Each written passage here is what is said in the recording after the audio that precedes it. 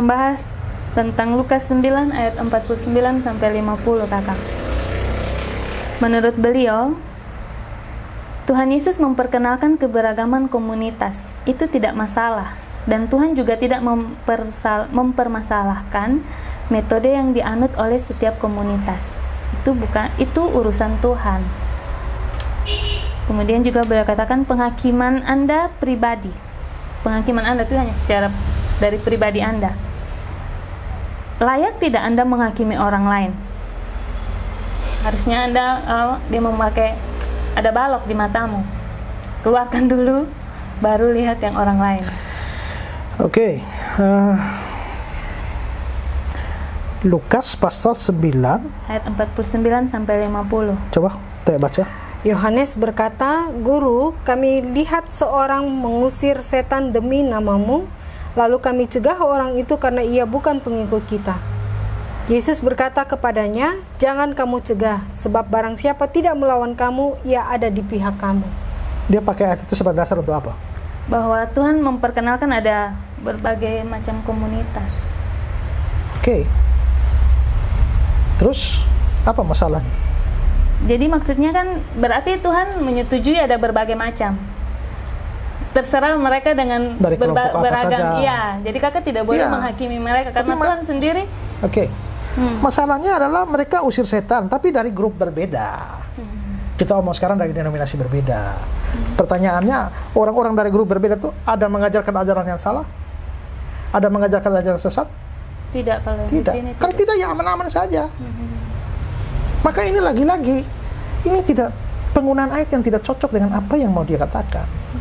Ya, ayat itu menunjukkan bahwa bisa juga ada kelompok lain yang bisa dipakai oleh Tuhan, tidak hanya kelompok kita saja. Ya. Asalkan mereka benar. Ya, asal benar. Ya, saya juga tidak menganggap bahwa hanya kelompok saya saja benar. Saya juga percaya juga ada Tuhan bisa pakai kelompok-kelompok lain, denominasi lain.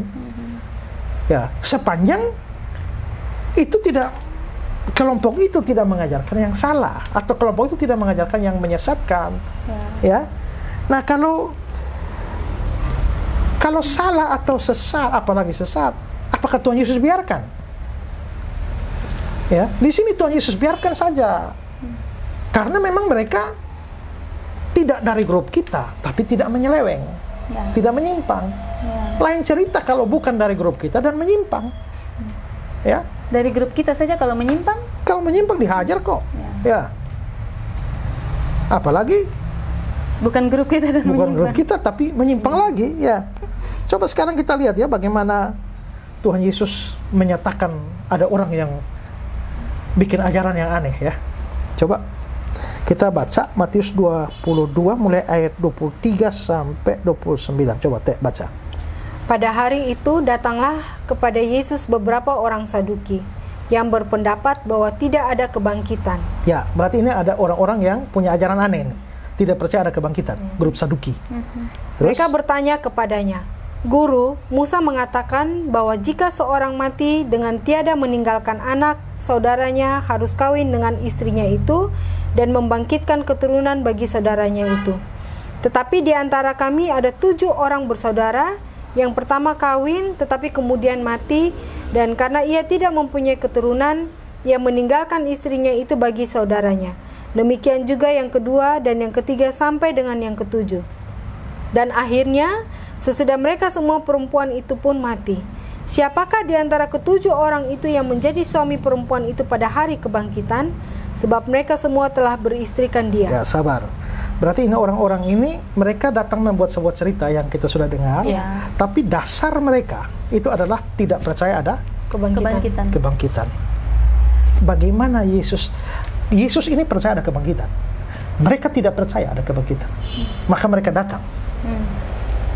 Apakah kita akan lihat apakah Yesus bilang terima saja tanpa mempercakapkan pendapat mereka? Apakah Yesus biarkanlah seperti dia biarkan kasus orang mengusir setan yang bukan dari grup kita? Lihat bagaimana reaksi Yesus ayat selanjutnya. Yesus menjawab mereka, "Kamu sesat sebab kamu tidak mengerti kitab suci maupun kuasa Allah." Kamu sesat.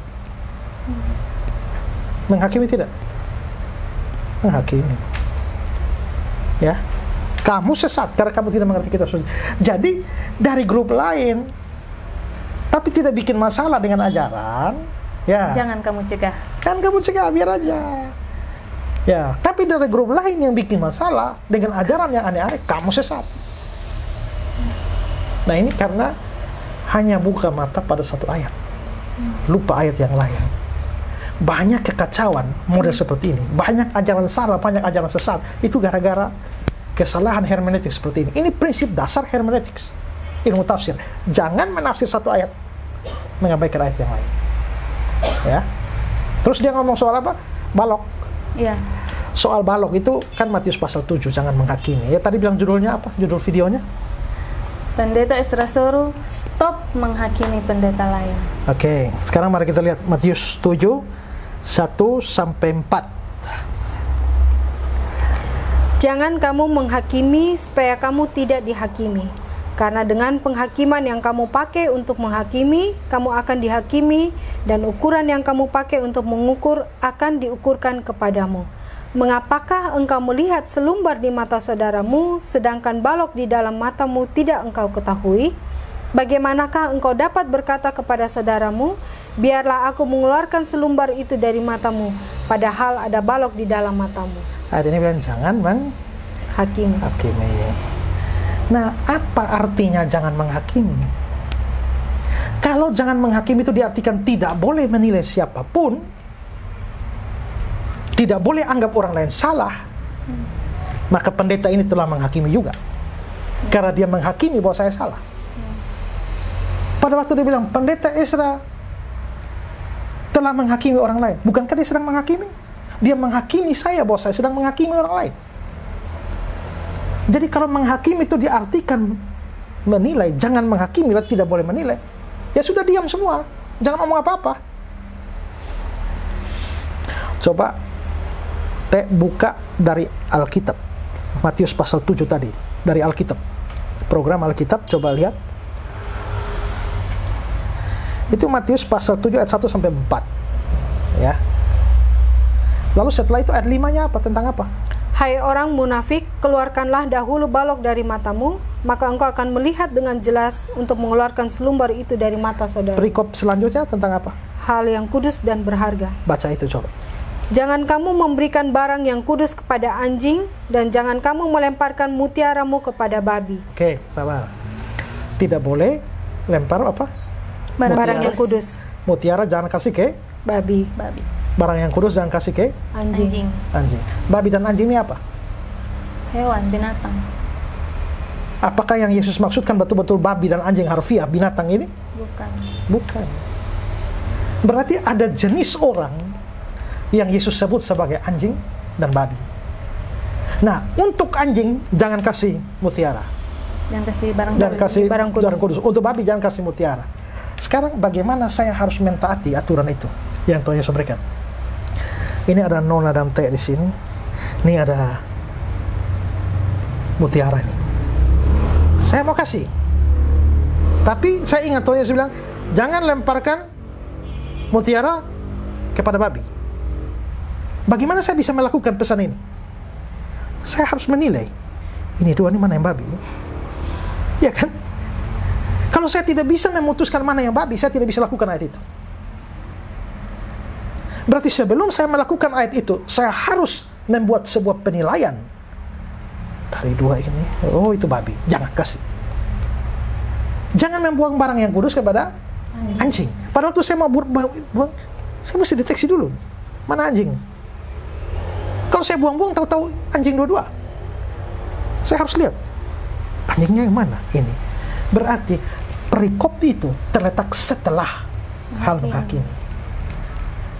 Tetapi kita hanya bisa melakukan perikop setelah itu kalau kita terlebih dahulu membentuk sebuah penilaian. Dan kalau menghakimi dianggap sama dengan menilai, jangan menghakimi berarti jangan menilai. Sampai mati kita tidak bisa lakukan perintah di bawah. Jadi kita harus mengerti apa yang Yesus maksudkan dengan jangan menghakimi. Ya. Nah, lalu apakah jangan menghakimi itu perintah yang mutlak? Dalam arti, dalam kasus apapun sama sekali tidak boleh menghakimi. Sekarang coba lihat Yohanes pasal 7 ayat 24. Janganlah menghakimi menurut apa yang nampak, tetapi hakimilah dengan adil. Boleh hakimi? Dengan Boleh, adil. dengan adil. Dengan adil. Berarti menghakimi tidak selamanya salah. Kalau menghakimi dengan adil tidak salah. Berarti yang salah adalah menghakimi secara Tidak adil. tidak adil. Apa itu menghakimi tidak adil? Lu baru dengar tidak tahu apa-apa lu langsung sikat orang.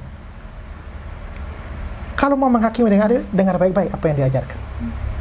Ya. Pahami sungguh-sungguh supaya kita mau ngomong apa yang dia maksudkan, jangan apa yang tidak dia maksudkan kita tafsir secara salah. Dengar baik-baik. Periksa dari Alkitab. Setelah mencari data Alkitab, ternyata dia mengatakan begini, tapi Alkitab mengatakan begini. Dia mengatakan begini, Alkitab mengatakan. Dia mengatakan begini, Alkitab mengatakan begini.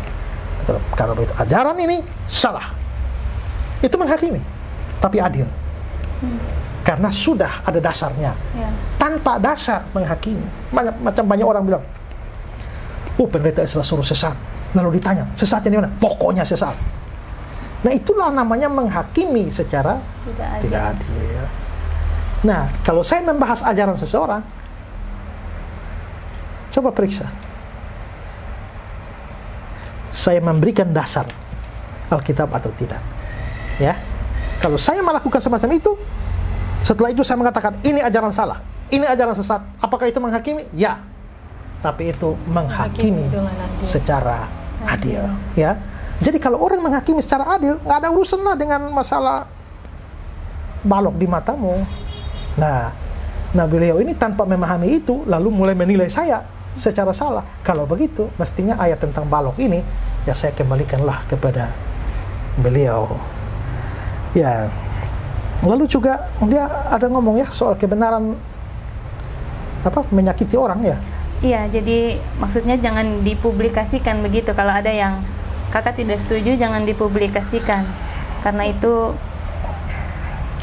meluluhkan eksistensi dan wibawa dari pendeta dan jemaat yang dipimpin. Dan juga sudah melukai orang atau jemaat lain. Karena orang yang rendah iman dapat berpikir, jangan-jangan kita dipimpin oleh pendeta yang ngawur, seperti yang kakak katakan. Ya, terus kenapa juga dia bikin di medsos? Dan kenapa dia tidak mempertimbangkan bahwa itu bisa menyakiti saya? Dan jemaatnya kakak. Dan jemaat saya. Dan memberi kesan kepada orang lain, jangan-jangan kepada jemaatnya saya, jangan-jangan kita dipimpin oleh orang yang salah. Sama, berarti dia lakukan standar ganda. Ya. Selain itu juga ya, kalau kita melihat apakah kebenaran harus selamanya tidak menyakiti? Ya, kadang-kadang justru kebenaran itu menyakitkan loh. Ya. Contohnya seperti apa? Tuhan Yesus kalau ngomong tentang ahli-ahli Taurat itu ya, hei kamu keturunan ular beludak, kalian seperti kuburan saja, kamu buta, orang buta tuntun orang buta. Hei kamu orang munafik. Apa yang Yesus katakan itu benar.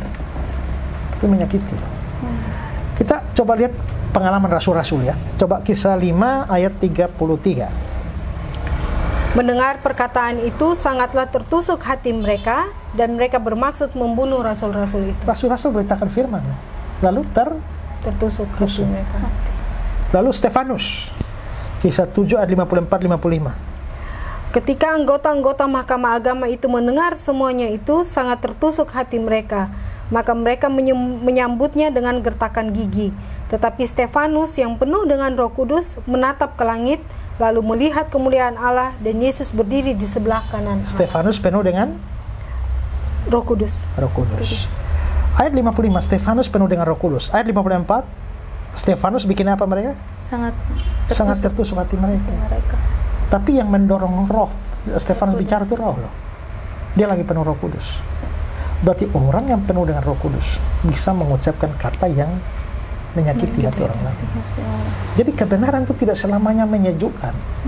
Kebenaran bisa menyakitkan. Nah, kalau pendeta ini mengharapkan bahwa kebenaran hanya selalu menyejukkan terus, itu bertentangan dengan fakta Alkitab, ya. Lalu dikatakan kalau saya gara-gara mengkritik pendeta tertentu lalu membingungkan jemaatnya, lalu jemaat mencurigai jangan-jangan kita dipimpin oleh pendeta yang ngawur. Justru baguslah, kecuali pendetanya tidak ngawur loh. Saya menilai secara salah, saya salah memang. Tapi kalau dia betul-betul mengajarkan sesuatu yang ngawur atau bahkan sesuatu yang sesat, lalu saya buktikan kesesatannya, dan jemaatnya berpikir, jangan-jangan kita, apa yang Pak Esra omong betul ya, kita dipimpin oleh gereja yang pendeta yang sesat, ya malah baguslah, keluarlah dari gereja sesat itu, cari gereja yang benar. Ya, tapi kalau dipimpin oleh pendeta yang sesat dan aman-aman saja, tenang-tenang saja, damai-damai saja, ya terseretlah semua dalam kesesatan. Ya, jadi sebenarnya kalau saya bisa membingungkan orang yang sebenarnya sudah nyaman dalam kesesatan gara-gara tanggapan saya mereka menjadi bimbang, untuk mempertimbangkan kembali apa yang ajaran itu atau apa yang diajarkan oleh pendeta A atau pendeta B, menurut saya bagus. Mereka harus terus maju dengan mencari kebenaran supaya menemukan kebenaran yang sesungguhnya. Ya. Oke? Oke. Masih ada kakak? Iya. Beliau mengatakan begini, Tuhan saja memunculkan berbagai macam metode. Kita tidak bisa membatasi apa yang dikerjakan Roh Kudus. Semua kembali kepada cara yang Roh Kudus kehendaki, bukan apa yang menjadi pandangan atau doktrin organisasi kita. Di sini metode yang dimaksud itu tentang cara penyembuhan. Kadang cara penyembuhan ini dilakukan dengan cara yang berbeda-beda seperti yang dicatat di Alkitab. Misalnya disembuhkan dengan cara angkat tilam terus berjalan. Ada yang menggunakan pakai ludah, kemudian juga dengan dibasuh di kolam Siloam. Jadi menurut beliau, kalau dengan pikiran yang picik kita hanya tahu satu metode yang dianut doktrin kita, dan kita tampil sebagai hakim untuk menghakimi doktrin yang lain. Kalau yang menjadi dasar kita adalah doktrin kita tanpa Alkitab. Tapi kalau masalah dia, oke, kita lihat Alkitab, Tuhan menyembuhkan dengan berbagai metode. Kalau ada di Alkitab, it's okay. Tapi bagaimana kalau muncul satu metode lain yang sama sekali tidak dicatat dalam Alkitab? Kita mau anggap dari Roh Kudus, padahal kita sadar bahwa setan bisa bikin mujizat, nabi palsu bisa bikin mujizat, dukun-dukun bisa bikin mujizat. Nah, sekarang saya ambil contoh. Dulu papa saya pernah sakit mata. Lalu pergi berdoa pada orang-orang yang mengaku tim doa. Lalu mereka mengambil air tertentu, lalu mendoakan air ini, dan mereka mengatakan bahwa mata bapak saya ini diserang oleh Dewa Matahari. Dewa Matahari. Karena itu maka air yang sudah mereka doakan harus disimpan di luar rumah. Tidak boleh masuk di rumah. Terus setiap jam 6 pagi, keluarlah, ambillah air yang telah didoakan ini dan menatap tajam kepada matahari. Setelah itu baru siram. Minum. Oh, minum air itu. Air itu. Sekarang, bolehkah saya jangan menghakimi dia? Biarkan saja karena Roh Kudus bisa melakukan kesembuhan dengan metode macam-macam. Dari mana saya tahu bahwa itu Roh Kudus yang memberikan metode itu? Kok kayaknya metode mirip-mirip perdukunan? Ya, disinilah kita kalau tidak berdasar pada kitab suci, maka kita akan menjadi tersesatkan. Ya, apalagi orang bikin kesembuhan dari Roh Kudus. Tapi ingat, Roh Kudus tidak bisa bekerja menentang Alkitab. Kalau ada satu metode penyembuhan tertentu, ya, yang tidak dicatat oleh kitab suci atau bahkan bertentangan dengan kitab suci, bagaimana kita bisa tahu itu dari Roh Kudus? Oke, di seluruh kitab suci tidak pernah ada perjamuan kudus untuk mendatangkan kesembuhan. Perjamuan kudus itu kesaksian pengorbanan Tuhan, perbuatlah ini sebagai peringatan akan aku. Ya kan? Tapi ada yang bikin perjamuan ini bisa pakai untuk kesembuhan. Dasar Alkitab di mana? Oh, tidak usah menghakimi. Mungkin Roh Kudus beri metode itu. Tahu dari mana Roh Kudus? Nah, ini jadi susah. Kalau tidak ada di kitab suci, bagaimana kita bisa klaim bahwa itu dari Roh Kudus? Apalagi bertentangan dengan kitab suci. Misalnya apa? Menyembuhkan pakai minyak urapan. Apakah di dalam Alkitab orang boleh membuat kesembuhan pakai minyak urapan? Pakai minyak ada, tapi pakai minyak urapan ada.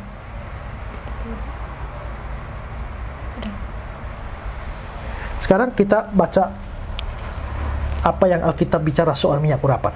Coba lihat Keluaran 30 ayat 22 sampai 33. Kita baca ayat agak banyak sedikit.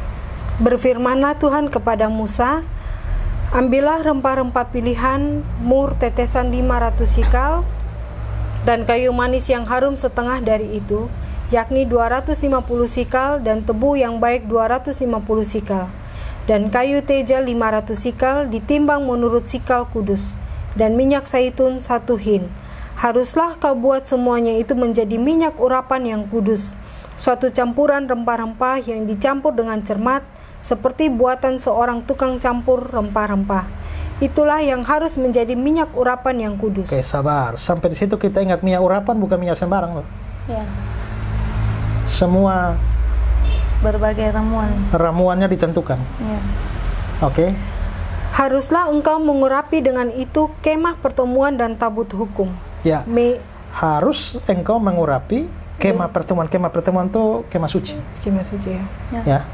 Dan tabut hukum. Terus ayat 27. Meja dengan segala perkakasnya, kandil dengan perkakasnya, dan mezbah pembakaran ukupan, mezbah korban bakaran dengan segala perkakasnya, bejana pembasuhan dengan alasnya. Berarti di sini minyak urapan digunakan untuk mengurapi kemah pertemuan dan perkakas kemah suci. Terus ayat 29. Haruslah kau kuduskan semuanya sehingga menjadi maha kudus. Setiap orang yang kena kepadanya akan menjadi kudus. Terus Engkau harus juga mengurapi dan menguduskan Harun dan anak-anaknya, supaya mereka memegang jabatan imam bagiku. ya, berarti di sini mengurapi apa? Harun dan anak-anaknya. Harun dan anak-anaknya. Kenapa Harun dan anak-anaknya? Karena mereka imam. Imam. Berarti yang diurapi Imam, kemah pertemuan, perkakas-perkakasnya dan imam. Terus 31. Dan kepada orang Israel haruslah kau katakan demikian, inilah yang harus menjadi minyak urapan yang kudus bagiku di antara kamu turun-temurun. Kepada badan orang biasa janganlah minyak itu dicurahkan. Ya, sabar. Kepada badan orang biasa yang bukan imam, janganlah minyak itu Curahkan. Nggak boleh. Orang bukan imam, jangan coba-coba pakai minyak urapan. Terus Dan janganlah kau buat minyak yang semacam itu dengan memakai campuran itu juga. Itulah minyak yang kudus dan haruslah itu kudus bagimu. ayat 33. Orang yang mencampur rempah-rempah menjadi minyak yang semacam itu, atau yang membubuhnya pada badan orang awam, haruslah dilenyapkan dari antara bangsanya. Jadi kalau minyak urapan dipakai untuk badan orang awam, orang sakit dan sebagainya, menurut ayat itu dilenyapkan. hukum mati. Janganlah Roh Kudus kan bisa menyembuhkan dengan metode berbeda. Ini bertentangan dengan ayat. Bagaimana Roh Kudus bisa kasih satu metode yang bertentangan dengan firman? Ya. Nah, karena itu kita terbuka pada semua kemungkinan bahwa Tuhan menyembuhkan dengan metode berbeda. Ya, kalau dinyatakan dalam kitab suci, oke. Tapi kalau tidak pernah ada dalam kitab suci, tahu dari mana itu dari Roh Kudus? Apalagi bertentangan dengan kitab suci, mustahil dari Roh Kudus. Jadi di sini kita harus melihat bahwa studi Alkitab itu harus luas. Tidak bisa kita berpaku pada 1-2 ayat lalu mengabaikan ayat-ayat yang lain. Ya. Saling berkaitan sebenarnya. Saling berkaitan karena ini firman Tuhan. Kalau kita percaya seluruhnya firman Tuhan di sini dengan sini kan tidak bisa bertentangan. Ya. Maka ini firman Tuhan ditafsirkan bersama-sama.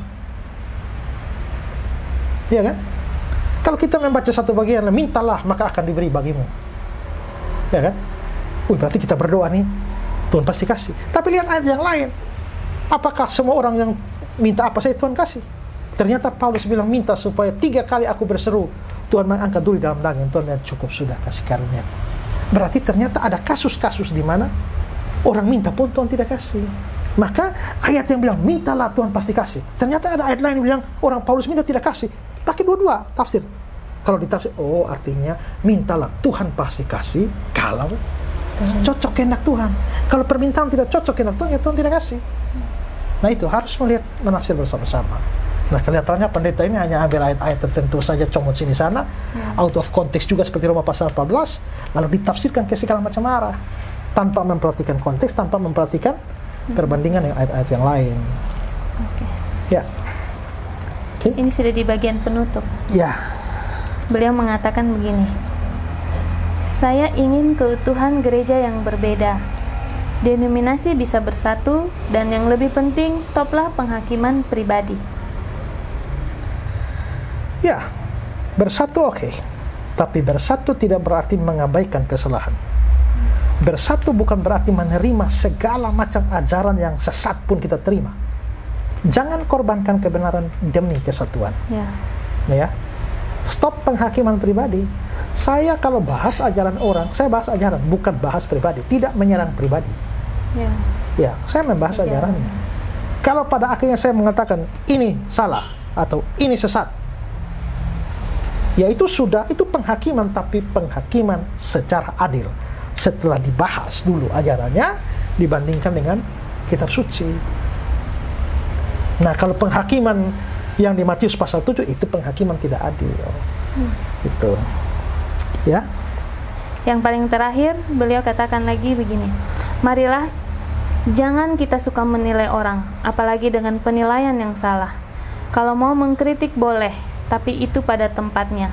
Jangan menyebutkan nama, karena itu sama saja kita menghancurkan eksistensi gereja. Jangan menilai orang, terus dia nilai saya atau tidak? Dan menyebutkan nama. Jangan sebut nama, dia sebut nama saya atau tidak? Sebut. Jadi orang ini berulang-ulang melakukan standar ganda. Ya, dia mengatakan sesuatu yang melarang sesuatu yang dia sendiri sementara lakukan. Ya, jangan menyebut nama, tapi dia sebut nama saya. Ya. Lagi pula ingat bahwa kalau dibilang harus pada tempatnya, tempatnya mana? Ya kalau masalah pribadi ya pribadi. Kalau dibuat di medsos ya kita tanggapi di medsos juga. Lalu kalau dibilang tidak boleh sebut nama pribadi, ini ya contoh ya. Saya ini menyayangi Nona sama Teh, dan saya tidak mau kalian dua mati konyol karena makan bakso yang beracun. Lalu saya bilang, Nona Teh, hati-hati lu ya, jangan sembarang makan bakso. Ada bakso di Kupang yang beracun. Di mana? Pokoknya adalah. Pokoknya hati-hati sajalah. Siapa yang jual? Tidak etis omong nama. Pokoknya hati-hati saja. Ini kalau saya hanya omong begitu, masih tetap terbuka. Kalian berdua salah makan dan mati. Ya. Hati-hati ya. Jangan makan bakso Mas Yono yang ada di bawah pohon asam itu beracun. Ya kan?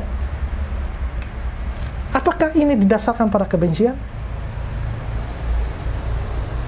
Sebenarnya kasih loh, karena mengasihi kalian berdua, saya beri terus terang. Ya, itu di sana supaya jelas.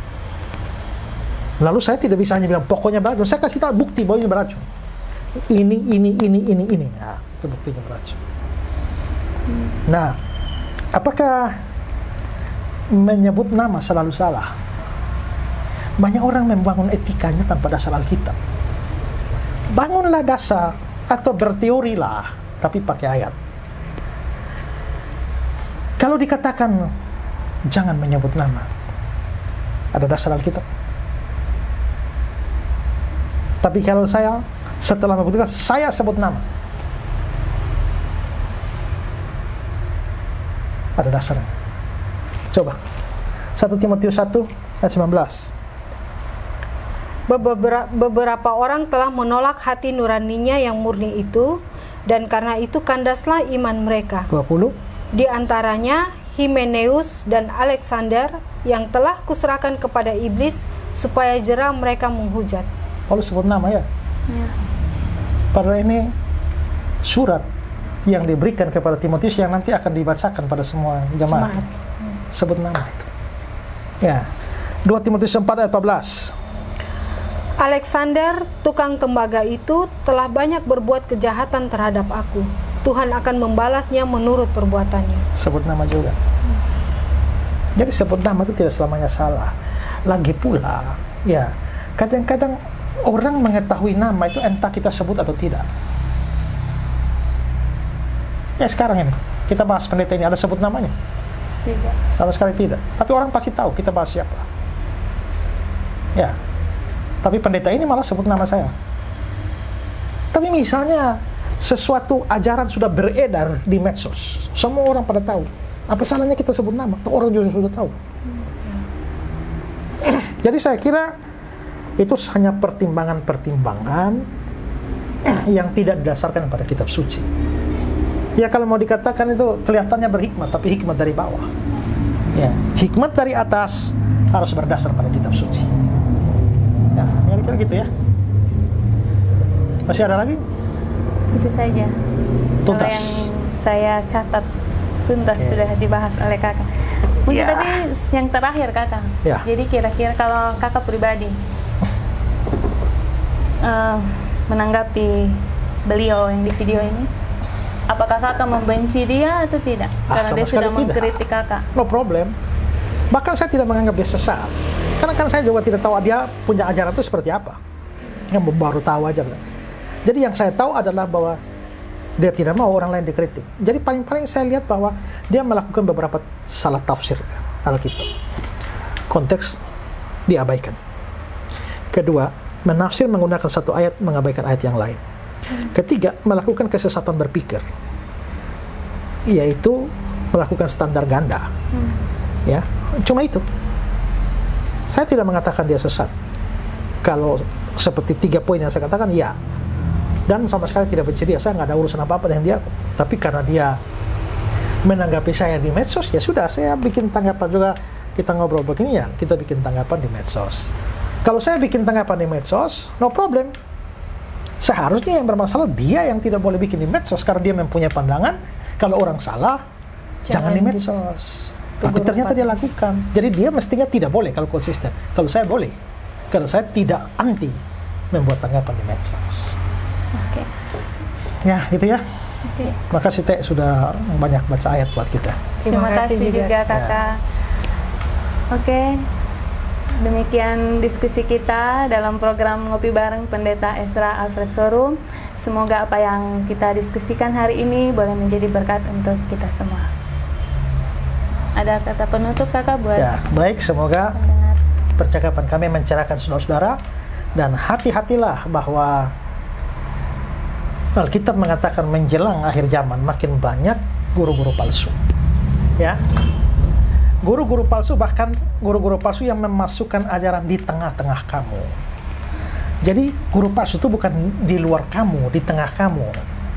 Jadi jangan berpikir bahwa guru palsu pasti datang dari agama lain. Tidak, dari dalam kita. Mereka memasukkan pengajaran-pengajaran sesat. Kenapa mereka bisa memasukkan pengajaran sesat? Ya karena mereka dikasih kesempatan mengajar. Ya, dikasih kesempatan berkhotbah. Lalu siapa yang, orang macam apa yang dikasih kesempatan mengajar dan berkhotbah? Ya banyak yang pendeta-pendeta. Makanya disebut sebagai nabi, karena nabi itu ngajar, juga punya kedudukan tinggi. Maka hati-hatilah bahwa ajaran sesat sangat mirip dengan ajaran yang benar. Belajar firman Tuhan sungguh-sungguh supaya saudara bisa menilai dengan benar apa yang merupakan kebenaran dan apa merupakan kesesatan karena mirip. Jangan cepat mengaminkan khotbah siapa saja, termasuk saya. Ada amin, saudara, amin, amin. Kalau orang yang ngajar salah atau ngajar sesat, saudara amin, amin itu artinya setuju, ya, benar. Saudara membenarkan kesalahan, membenarkan kesesatan, dan itu salah. Ya, makanya pernah ada orang yang bikin status Facebook, mengutip ayat. Tapi ayatnya hanya dipotong. Semua ini akan kuberikan padamu kalau engkau sujud menyembah aku. Langsung banyak komentar, amin, amin, amin. Kalau ayatnya itu kata-kata setan. Iya. Kata-kata setan di Matius pasal 4. Oh sudah amin, coba amin. Itu kan terlalu cepat amin. Ya, terlalu cepat amin padahal itu kata-kata setan. Ya, jadi jangan terlalu cepat amin. Saya ajar jemaat saya, kalau ada bilang amin saudara, pikir dulu. Kalau benar, amin. Amin saudara, kalau salah, tidak amin. Amin saudara, kalau saudara bingung, tunggu dulu. Nah, nanti periksa kembali ya. Kapan sudah yakin baru amin. Amin. Amin. Shalom. Shalom. Tuhan berkati.